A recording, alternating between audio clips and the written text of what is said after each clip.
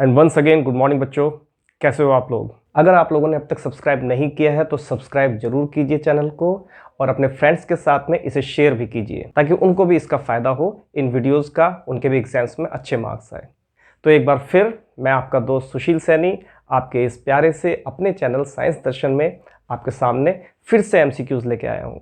Last time हमने around 20 MCQs किए थे और आज भी अगले 10 एमसीक्यूज़ हम करने जा रहे हैं। तो इन जितने भी एमसीक्यूज़ हम कर रहे हैं इन सारे एमसीक्यूज़ को ध्यान से समझो और इनको नोट डाउन करके रखो अपने पास ताकि एग्जाम टाइम पे आप इनको रिव्यू कर सको, ठीक है।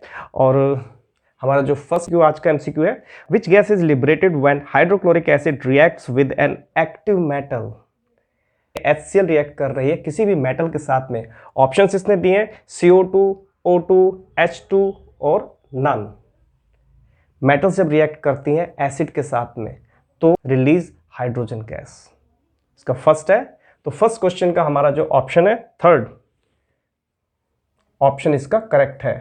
हाइड्रोजन गैस निकलती है किस तरीके से ये भी देख लेते हैं कि किसका एग्जांपल अगर हम ले Cu कॉपर ले लेते हैं, Cu plus HCl gives CuCl2 plus Cl plus H2O। ये निकल के आया। बैलेंसिंग कर लेते हैं, H2 यहाँ पे 2 है, यहाँ पे 1 है, हमने 2 कर दिया, 2 hydrogen 2 chlorine and single copper, balance हो गया। तो रिलीज हुई हमारे पास हाइड्रोजन गैस इवॉल्व हुई है। तो ध्यान रखिए इस चीज को कि when metal reacts with acids they produce hydrogen gas. First question का थर्ड ऑप्शन हमारा correct. And the second one is how will you confirm that the gas evolve during a reaction is hydrogen. Hydrogen gas evolve हुई है किसी reaction में, आप इस बात को किस तरीके से कंफर्म करेंगे। तो इसके लिए ऑप्शंस दिए हैं इसने। First, burn with large flame, burns with pop up sound, exhaust the burning candle and none of the above. Second का जरा फटाफट बताइए। अगर हाइड्रोजन गैस इवॉल्व होती है तो क्या होता है। अब अगर इसका हम एग्जाम्पल देखें, हाइड्रोजन की टेस्टिंग करते हैं कि किस तरीके से हाइड्रोजन गैस इवॉल्व हो रही है। हमने कह तो दिया कि ऑप्शन की हाइड्रोजन गैस इवॉल्व हो रही है, लेकिन इसका अगर एक्सपेरिमेंट देख कहता है एग्जाम में, तो सपोज हमारे पास में एक टेस्ट ट्यूब है। इस टेस्ट ट्यूब में हमने यहाँ पे कॉर्क लगाई हुई है, ठीक है, और इसमें एक ट्यूब, और इस ट्यूब को ले जाके सीधा हमने एक बीकर के अंदर छोड़ रखा है, जिस बीकर में पहले से ही सोप वाटर है, साबुन का पानी इसके अंदर पड़ा हुआ है, ठीक है। और यहाँ पर हमने क्या किया, इसमें हमने पहले इसके अंदर कॉपर के या जिंक के, कॉपर कह देता हूँ मैं, कॉपर के हमारे ग्रेन्यूल्स पड़े हुए हैं थोड़े से दाने टाइप के, और इसके अंदर हम ऊपर से डालते हैं, हमने HClO डाल रखी है इसके अंदर, और नीचे से हम इसको बर्न कर देते हैं। तो इस केस में क्या होगा, ये गैस जो इवॉल्व होगी, जो इसमें से इनके जलने से बर्न के रिएक्शन से जो गैस इवॉल्व होगी, वो गैस यहाँ से ऊपर जानी शुरू होगी और यहाँ से होती हुई गैस सीधा नीचे पहुँचेगी इस सोप वाटर के अंदर, और फिर नीचे से सोप वाटर से जब निकलेगी तो क्या होगा, उसके बबल्स बनने स्टार्ट हो जाएंगे, इस टाइप के बबल्स बनने स्टार्ट हो जाएंगे। इन बबल्स के पास अगर हम एक कैंडल लेके जाएं, बर्निंग कैंडल सपोज हम लेके जाते हैं, तो ये सोप बबल जो होंगे वो पुट पुट करके इस तरीके से फूटने शुरू हो जाएंगे, यानी कि वो फूट जाएंगे। उनकी आवाज़ जो आएगी वो पॉपअप साउंड की आएगी। तो पॉपअप साउंड जो हमारी आती है वो हमारी बताती है कि वो जो इवॉल्विंग गैस है वो हमारी हाइड्रोजन गैस है, H2 गैस इवॉल्व हुई है इस केस में। तो इसका सेकंड ऑप्शन जो है इसका करेक्ट है।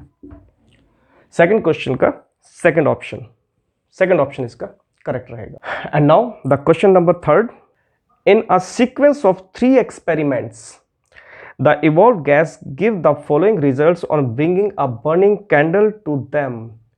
हमने 3 एक्सपेरिमेंट्स किए और हर एक्सपेरिमेंट में कोई ना कोई गैस इवॉल्व हो रही है।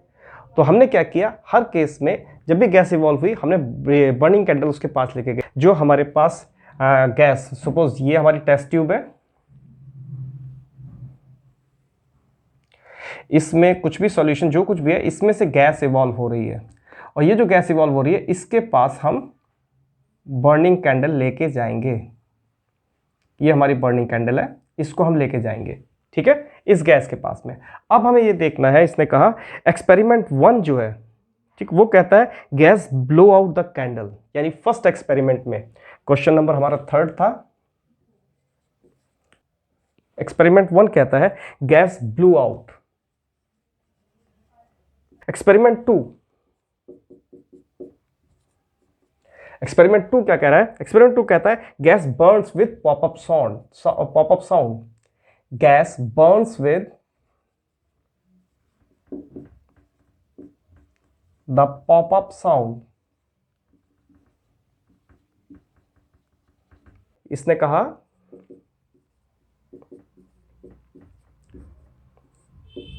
थर्ड केस में इसने कहा free gas burn with a large flame.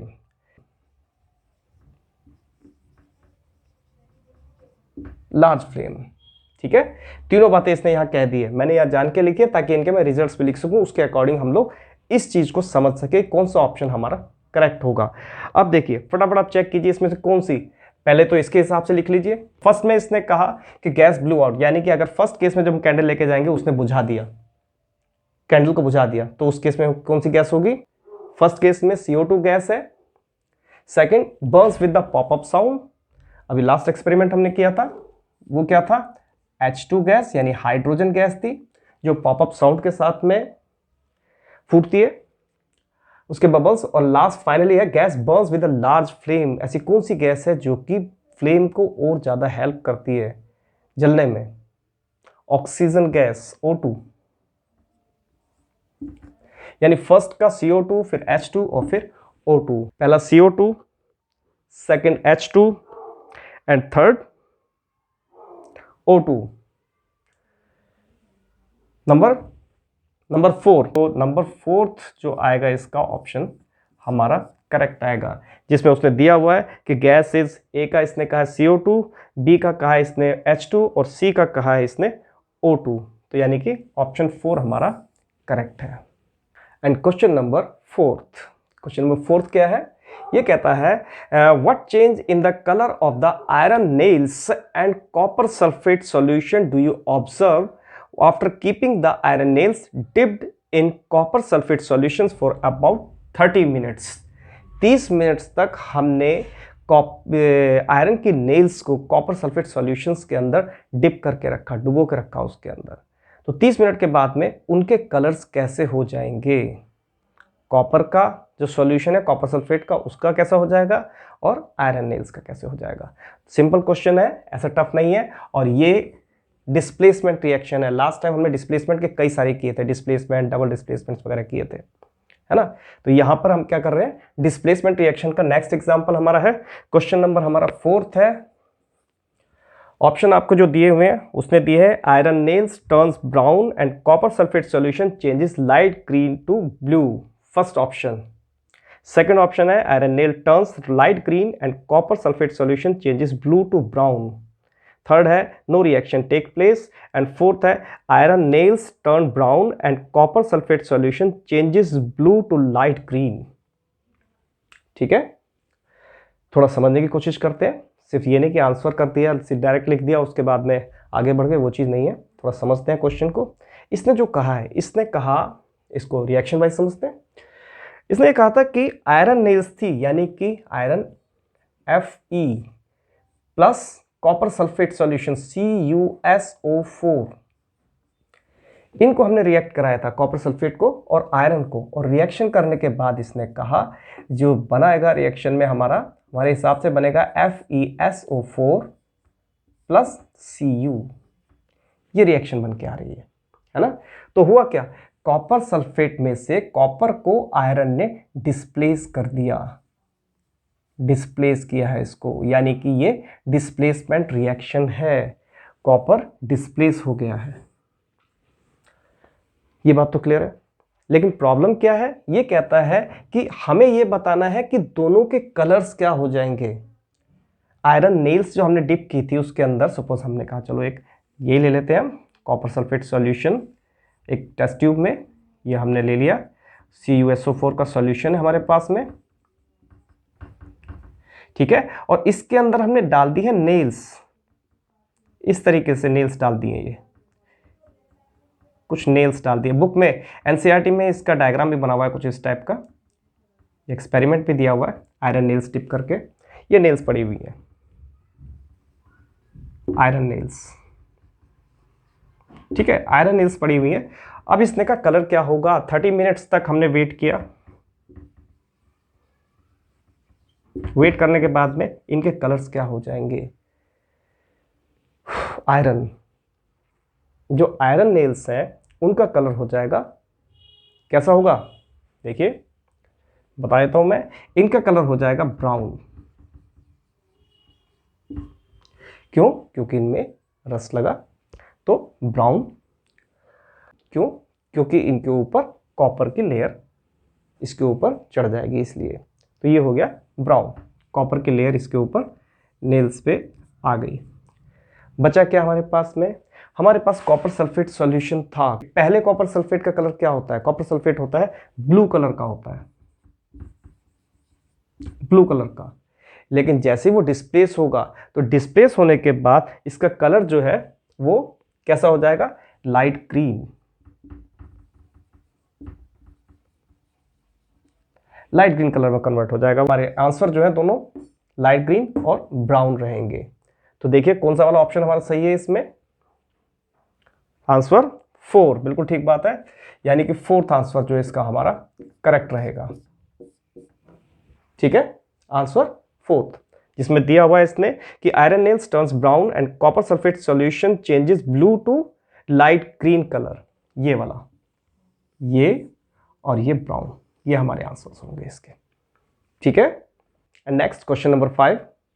Question number 5 क्या कहता है? Which of the statements about the reactions below are incorrect. नीचे कुछ स्टेटमेंट्स दिए इसने, ABCD, तो 4 स्टेटमेंट्स इसने दिए। इन स्टेटमेंट्स में इसने कहा कि कौन सी स्टेटमेंट इनकरेक्ट है, जो रिएक्शन दिए इसके अकॉर्डिंग देख के हमें बताना है। ठीक है, तो इसमें इसने पहले क्या दिया? इसने दिया रिएक्शन 2PbO, मैं लिख लेता हूं क्वेश्चन नंबर 5, 2PbO यानी कि लेड ऑक्साइड, सॉलिड ग्रेन्यूल्स हैं इसके, प्लस कार्बन, सॉलिड कार्बन लिए इसने, पास की इसमें से, तब बना 2Pb प्लस CO2। Pb हमारी गैस है, गैसेस फॉर्म में निकली, और CO2 जो है हमारी गैसेस फॉर्म में ये भी निकली है। तो ये हमारे पास बन गया 2PbO plus C gives 2Pb plus CO2। ये रिएक्शन इन्होंने दी हुई है। इस रिएक्शन में इसने कहा है कि lead is getting reduced, lead is getting reduced. ठीक है, सेकंड ऑप्शन दिया है carbon dioxide is getting oxidised, third carbon is getting oxidised, and fourth lead oxide is getting reduced. हमारे पास में 4 ऑप्शन इसने दिए। अच्छा, हमें ये बताना है इनमें से गलत कौन सी स्टेटमेंट्स है। तो पहले में इसने दिया है फर्स्ट एंड सेकंड, यानी कि A और B इनकरेक्ट है। ठीक है, उसके बाद में उसने कहा A एंड C, फिर कहा इसने ABC एंड ऑल। चलिए चेक करते हैं फटाफट। पहले हम ये देख लेते हैं कि इसमें, इस रिएक्शन में हो क्या रहा है, क्योंकि इसने बात की है इसमें रिडक्शन एंड ऑक्सीडाइजिंग, दोनों का, ऑक्सीडेशन और रिडक्शन की बात की है। तो हम देख लेते हैं कौन सी चीज़ रिड्यूस हुई है और कौन सी चीज़ ऑक्सीडाइज हुई, ताकि आंसर को हम समझ सके। इस तरह के क्वेश्चन में पहले से ही आपको एक पेपर पे ये चीज़ लिख लेनी है, क्योंकि इसमें ऑप्शंस, डायरेक्ट ऑप्शन नहीं है, बल्कि इसने पहले और कुछ चीज़ें दी हैं, स्टेटमेंट्स दिए, और फिर उनके अकॉर्डिंग उसने ऑप्शंस दिए हैं। तो आपको सेलेक्ट करना है कौन सा ऑप्शन इनमें से सही हो सकता है। ठीक है, PbO प्लस C, इसमें हम देखते हैं कि किसका रिडक्शन किसका हुआ है। देखिए रिडक्शन हुआ है लेड ऑक्साइड का, PbO, क्योंकि ऑक्सीजन यहां से हटके कार्बन के साथ में जाके जुड़ी है। तो लेड ऑक्साइड जो है वो रिड्यूस हुई है, और कार्बन का जो है ऑक्सीडेशन हुआ है। अब सबसे बड़ी बात, मैं हर बार आपको ये बता रहा हूं कि जब भी इस तरह का केस होता है, हालांकि लेड से ऑक्सीजन हटी है, हम ये नहीं कहेंगे कि लेड का रिडक्शन हुआ है, हम हमेशा ये कहेंगे लेड ऑक्साइड का रिडक्शन हुआ है। ये मैं आपको हर बार बता रहा हूं, आप जाके पीछे के वीडियोस देख सकते हैं, उसमें सब कुछ पूरी डिटेल में दिया हुआ है। ओके, अब हमने कहा रिड्यूस हुई है लेड ऑक्साइड और कार्बन हुई है ऑक्सीडाइज। तो इसमें देख लेते हैं क्या ऑप्शन है। फर्स्ट इसने कहा है पहले में लेड इज गेटिंग रिड्यूस्ड, गलत है क्योंकि लेड रिड्यूस नहीं हुई है बल्कि लेड ऑक्साइड रिड्यूस हुई है। पहली स्टेटमेंट रॉन्ग है, ए ऐसे लिख लेते हैं ताकि ध्यान रहे, फर्स्ट हमारी रॉन्ग है। इसके बाद में B, carbon dioxide is getting oxidised, carbon dioxide है ही कहाँ रिएक्टेंट साइड्स में जो कि रिड्यूस होंगे, या तो सिर्फ कार्बन है, तो यानी कि ये स्टेटमेंट भी हमारी रॉन्ग है, इनकरेक्ट है। नेक्स्ट आता है सी, सी में इसने कहा carbon is getting oxidised, carbon is getting oxidised, बिल्कुल सही बात है, सिर्फ कार्बन है जो जिसका ऑक्सीडेशन हुआ है। एंड फाइनली इसने कहा lead oxide is getting reduced, ये जो हमने लिखा है, यानी कि lead oxide is getting reduced, यानी सी और डी स्टेटमेंट्स जो है हमारी, वो दोनों स्टेटमेंट्स हमारी ट्रू है, वो हमारी स्टेटमेंट्स ट्रू है। और हमें बताना क्या था, हमें बताना था कि इनकरेक्ट कौन सी हैं। क्वेश्चन में ये बहुत ध्यान देना है, ज़्यादातर हम करने के बाद भी गलत कर जाते हैं बच्चे, उसका रीजन पूरा क्वेश्चन समझते हुए भी करने के बाद भी सॉल्व करने के बाद भी मिस्टेक करके आए थे, वो इस चीज़ पे ध्यान नहीं देते कि उन्होंने पूछा क्या है, करेक्ट पूछा है या इनकरेक्ट पूछा है। ज़्यादातर बच्चे क्या करेंगे, सी और डी वाले ऑप्शन को राइट कर देंगे, जबकि सही क्या है आंसर हमारा, ए और बी, क्योंकि इनकरेक्ट पूछा है उसने, क्योंकि ये इनकरेक्ट है, यानी कि जिस स्टेटमेंट में ए और बी दिया वो स्टेटमेंट हमारी करेक्ट होगी, यानी कि स्टेटमेंट हमारी फर्स्ट जो है ए एंड बी दिया हुआ है, तो ये हमारी फर्स्ट स्टेटमेंट हमारी करेक्ट है। सिंपल है। एंड क्वेश्चन नंबर 6, इसने कहा we apply paint on iron articles to prevent, क्या प्रिवेंट करते हैं, आयरन किस लिए यूज करते हैं, रस्टिंग को प्रिवेंट करने के लिए। यहां पर इसने ऑप्शंस क्या क्या दिए हैं, फर्स्ट ऑप्शन दिया है इसने रिडक्शन ऑफ आयरन, कोई मतलब नहीं है, रॉन्ग है। टू प्रिवेंट रेंसिडिटी, गलत है। To prevent corrosion and none of these, corrosion क्या है हमारा, रस्टिंग, रस्टिंग कोरोजन ही होती है, यानी जो ऑप्शन हमारा सी इसमें थर्ड ऑप्शन है वो ऑप्शन हमारा करेक्ट है। And next is question number 7। Question number 7 कहता है ferrous sulphate crystals on heating change their colours dash to dash, यानी कि उनका कलर जो है वो चेंज हो जाता है। इट मीन्स कि उनका कलर पहले कुछ और कलर था, जब हमने उनको हीट किया तो कुछ और कलर हो गया। तो पहले हम देख लेते हैं है क्या चीज़। क्वेश्चन हमारा 7 क्वेश्चन था और इसमें फेरस सल्फेट क्रिस्टल्स की बात कर रहे हैं, क्रिस्टल्स, फेरस सल्फेट क्रिस्टल्स की बात कर रहे हैं, जिसका फॉर्मूला होता है FeSO4.7H2O, ये इसका फॉर्मूला है FeSO4.7H2O। अब यहां पर FeSO4 तो समझ में आता है, फेरस सल्फेट, इस 7H2O क्या है। नेक्स्ट चैप्टर में आपका एसिड बेस एंड सॉल्ट्स में इसको हम पढ़ने वाले हैं, वाटर ऑफ क्रिस्टलाइजेशन। ये होता है हमारा water of crystallisation.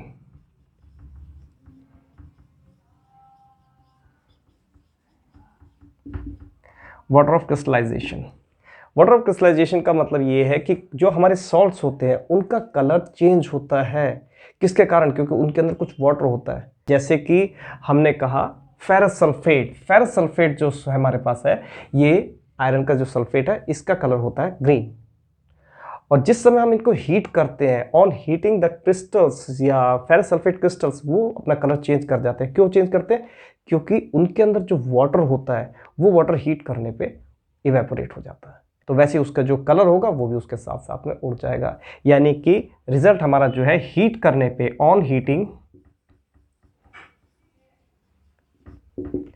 It turns white, उसका कलर उड़ जाएगा और वो वाइट कलर के रह जाएंगे जो क्रिस्टल्स होंगे। और मजे की बात है कि इसमें जब दोबारा से हम वाटर डालेंगे, वो दोबारा से पहले से ही वाटर जो क्रिस्टलाइजेशन, ये मैंने जो बताया था ग्रीन कलर के हैं, ये दोबारा से वाटर मिलाने पे फिर दोबारा से ग्रीन हो जाएंगे। इसको हम हीट करेंगे तो वाइट, और अगर उसको वाटर डालेंगे दोबारा से तो दोबारा से ग्रीन कलर के हो जाते हैं। This is called water of crystallisation, की जो कलर, ये जो वाटर है जो कलर को चेंज कर रहा है, उसके वाटर ऑफ क्रिस्टलाइजेशन। ठीक है, तो इसमें हम आंसर देखें अगर हम, तो इसने दिया blue to white, white to green, green to white and green to red, यानी ऑप्शन थर्ड जो हमारे पास है ग्रीन टू वाइट वो हमारा करेक्ट है। सेवेंथ क्वेश्चन का ऑप्शन थर्ड हमारा करेक्ट है। Next question, question number 8। Question number 8 में इसने कहा, क्वेश्चन नंबर 8 ये कहता है कि oxidising and reducing agents in the following reactions are, दोनों हमें रिएक्शन दी है। इस रिएक्शन इसने कुछ ऐसी दी है, 2H2S करना स्टार्ट कीजिए आप, 2H2S plus SO2 gives 2H2O plus 3S।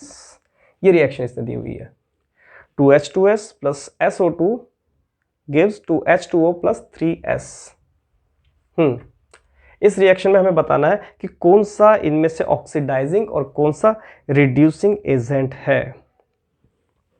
Oxidising और रिड्यूसिंग एजेंट, सबसे पहले तो आप ये जानिए कि ऑक्सीडाइजिंग और रिड्यूसिंग एजेंट्स कौन से होते हैं। ऑक्सीडेशन एंड रिडक्शन वो दो चीज़ें अपनी जगह हैं, और जब हम बात करते हैं ऑक्सीडाइजिंग या रिड्यूसिंग एजेंट तो बिल्कुल चेंज हो जाता है केस। उस केस में देखिए, पहले हम देख लेते हैं ऑक्सीडेशन किसका हो रहा है। H2S में H2 के साथ जाके ऑक्सीजन ऐड हुई है, यानी कि ऑक्सीडेशन किसका हुआ है, H2S का ऑक्सीडाइज्ड हुई है। और फिर मैं वो बता रहा हूं आपको, पहले फिर से बता रहा हूं कि ऑक्सीडेशन जो है वो हाइड्रोजन सल्फाइड H2S का हुआ है, हाइड्रोजन का नहीं, इस बात को ध्यान रखना, ठीक। और रिडक्शन किसका हुआ है, सल्फर डाइऑक्साइड का, इसका रिडक्शन हुआ है। रिडक्शन हुआ क्यों, क्योंकि इसके पास जो S थी और सॉरी O2 थी वो जाके हाइड्रोजन के साथ में जुड़ गई है ऑक्सीजन, ठीक है। अब आता है कि ऑक्सीडेशन और रिड्यूसिंग एजेंट कौन से हैं।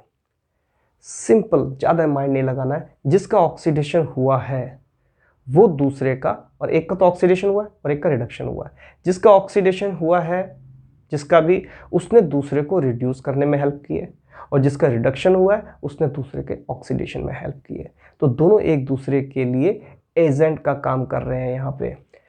इसके कारण, सल्फर डाइऑक्साइड के कारण H2S का ऑक्सीडेशन हुआ है, इसका मतलब ये यहां पर हमारा ऑक्सीडाइजिंग एजेंट है।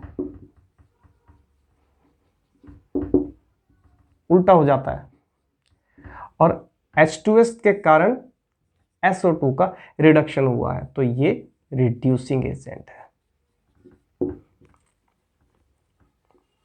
सिंपल, ठीक है। जिसने दूसरे को ऑक्सीडाइज करने में हेल्प की है वो ऑक्सीडाइजिंग एजेंट, और जिसने दूसरे को रिडक्शन करने में हेल्प की है वो रिड्यूसिंग एजेंट हो गया। तो यानी कि अब देखते हैं हमारे क्वेश्चन में दिया है जो कौन कौन से ऑप्शन दिए। इसने दिया है पहला SO2 is a reducing agent, जबकि ये तो हमारा ऑक्सीडाइजिंग एजेंट है, यानी ऑप्शन ए हमारा रॉन्ग है। सेकेंड, ऑप्शन 1 जो है हमारा गलत है। सेकेंड ऑप्शन जो है हमारा है H2S is reducing agent and SO2 is oxidising agent, यानी कि ये ऑप्शन हमारा करेक्ट है। आगे जाने की जरूरत ही नहीं है, ये हमें मिल गया। मल्टीपल चॉइस क्वेश्चन में हमारे पास ज़्यादा टाइम नहीं होता है, तो इतना ज़्यादा टाइम वेस्ट भी नहीं करना है सोचने में हर क्वेश्चन में कि काफ़ी वेस्ट हमारा टाइम वहीं पे हो जाए, ऐसा भी ना हो। और इतना ज़्यादा भी हमें हड़बड़ी में नहीं करना है कि क्वेश्चन जो हमारे गलत हो जाए, उसके चक्कर में थोड़ा सा टाइम उसको जरूर देना है क्वेश्चन को समझने के लिए, ठीक है। नेक्स्ट आता है फिर क्वेश्चन नंबर 9। क्वेश्चन नंबर 9 में ये कह रहा है, ये कहता है during electrolysis of water few drops of sulphuric acid is added into pure water, why. Sulphuric acid थोड़ी सी मिलाई जाती है, कुछ ड्रॉप्स डाले जाते हैं प्योर वाटर के अंदर इलेक्ट्रोलिसिस के टाइम पे, उसका रीजन क्या है, इसने ये पूछा है। तो पहले तो इलेक्ट्रोलिसिस तो मैं लास्ट टाइम आपको काफ़ी डिटेल में समझा चुका हूँ, पिछली बार जो हमने मल्टीपल चॉइस क्वेश्चंस किए थे लास्ट वीडियो में, है ना। अब बात आती है कि उसमें जब वाटर का इलेक्ट्रोलिसिस किया जाता है तो उस टाइम पे उसमें सल्फ्यूरिक एसिड के कुछ ड्रॉप्स डाली जाती है, उसका रीज़न पूछा है इसने। तो उसका रीज़न क्या है, देखिए जो प्योर वाटर होता है, जैसे कि डिस्टिल वाटर है, इस तरह के वाटर में जो होता है वो आयंस नहीं होते हैं, और आयंस ना होने के कारण इस तरह का water bad conductor of electricity होता है।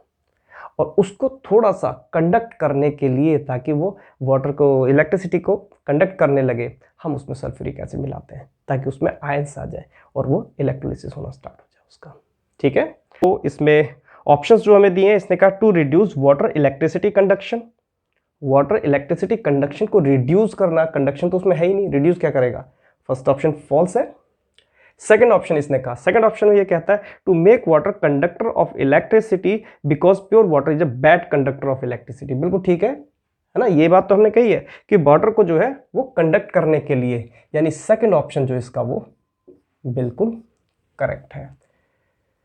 फिर से ध्यान से समझिए इस चीज को, जैसे ग्लूकोज है या फिर डिस्टिल वाटर है, ये इस तरह की चीजें जिनमें आयंस नहीं होते। जिस चीज में आयंस नहीं होंगे, कैटायन और एनायन, उनमें कभी भी इलेक्ट्रिसिटी कंडक्ट नहीं होगी। ठीक है, नॉर्मल वाटर हम देखते हैं, रेन वाटर कंडक्ट करता है, क्यों? क्योंकि उसके अंदर काफ़ी सारे मिनरल्स होते हैं। सी वाटर में या नॉर्मल वाटर जो हमारा होता है, इन सब में आयंस होते हैं। लेकिन डिस्टिल वाटर हम गर्म करके आयंस को बिल्कुल न्यूट्रलाइज कर देते हैं उसको एक तरीके से, तो उस केस में वो हमारा बैड कंडक्टर ऑफ इलेक्ट्रिसिटी बन जाता है, या इलेक्ट्रिसिटी कंडक्ट करता ही नहीं है। क्वेश्चन नंबर 10th क्वेश्चन कहता है ये, इसने कहा a white salt on heating decomposes to give brown fumes and yellow residue. ठीक है, is left behind the salt brown fumes and yellow residue are.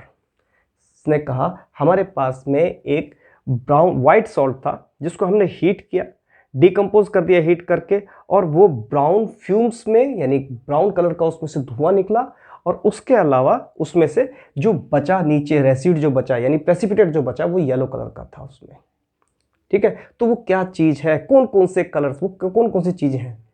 पहले तो सबसे पहले वो सॉल्ट कौन सा है, फिर वो जो फ्यूम्स निकले थे, धुआं जो निकला था ब्राउन कलर का, वो क्या है, और फाइनली जो येलो कलर का प्रेसिपिटेट आया। बहुत इंपॉर्टेंट रिएक्शन है, मोस्ट इंपॉर्टेंट रिएक्शन है ये, आती है एग्जाम के अंदर, किसी तरीके से घुमा फिरा के देता है इसको, चाहे वो एमसीक्यूज में इस तरीके से पूछ ले या फिर डायरेक्टली इनडायरेक्टली पूछ ले, किसी भी तरीके से कि इसमें फ्यूम, ब्राउन कलर की फ्यूम निकलती है, वो क्या चीज़ है, इस तरीके से। एक काम करते हैं, पहले इसकी रिएक्शन लिखते हैं और फिर देखते हैं क्या क्या चीज़ें निकलती हैं और कौन कौन सी किस किस चीज़ के कलर की होगी, तो उससे एकदम से क्लियर हो जाएगा। ठीक है, रिएक्शन है हमारे पास में, इसने कहा एक वाइट कलर का सॉल्ट है, तो सॉल्ट होता है हमारा 2PbNO3 whole twice lead nitrate.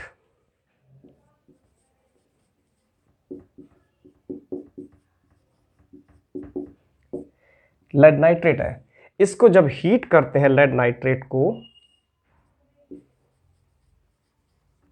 इसने ये कहा था कि जब हमने इसको हीट किया तो उस केस में लेड नाइट्रेट से क्या होगा, PbO lead oxide PbO plus NO2 plus O2, ये चीजें आई है।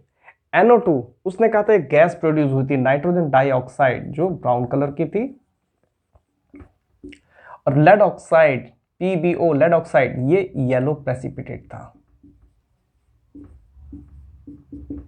येलो PPT मींस प्रेसिपिटेट, ये था हमारा। यानी कि रिएक्शन में लेड नाइट्रेट जो हमारा एक सॉल्ट था व्हाइट कलर का,